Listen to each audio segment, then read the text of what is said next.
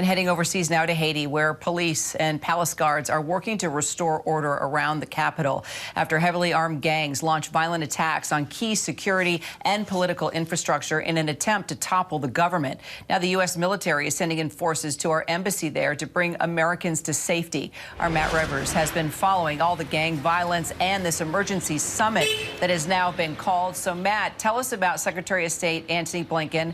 He's now arriving in Jamaica, I understand. Landed down moments ago for this emergency meeting. What can we expect?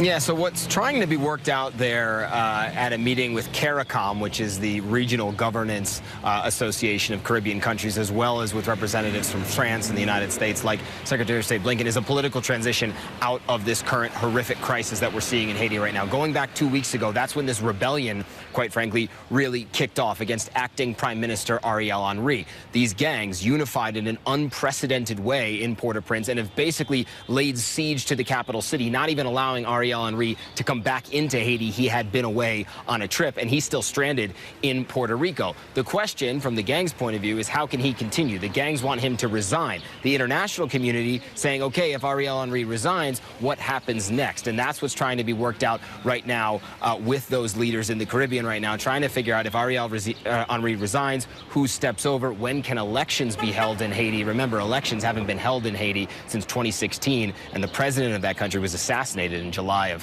2021. So let's talk about the man now in charge of one of Haiti's most notorious gangs. Actually spoke to us about the crisis that they've created here. What concerns you the most, Matt, after hearing what he had to say?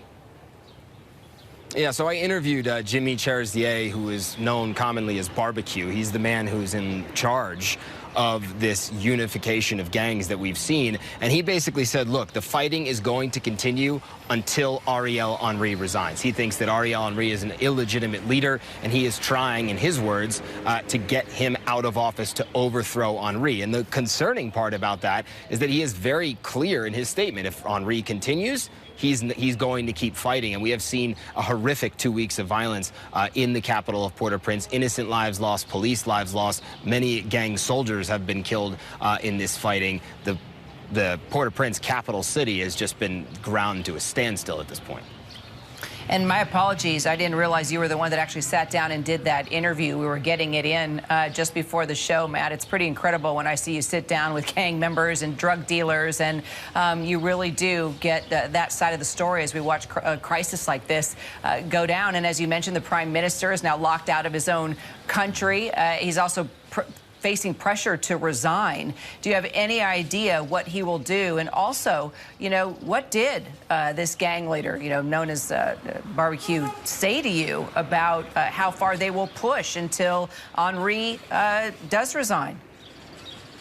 Yeah, so we've tried to get some insight into the thinking of Ariel Henry, because it seems like the international community wants him to resign. He is a near universally loathed figure in Haiti. He does not have the popular support of the people, of the elites, of these gangs, and yet he is refusing to resign so far. And a source of ours familiar with his thinking basically says that he's blaming the international community for not sending security forces into Haiti sooner, as he requested back in the end of 2022, to help stabilize the situation there. He feels like he's being made out to be a scapegoat, and he wants to be able to go back to Haiti and not live in exile. So he is refusing to resign, at least as of now. We'll see how these meetings play out this week. When it comes to this gang, though, these unifications of gangs, they say that they're willing to push this fight continually until Henry resigns, and only after that will they call for a ceasefire. I think we need to take all of those statements from gang leaders who are murderers and kidnappers and rapists with a lot of skepticism, but that is what he told me explicitly.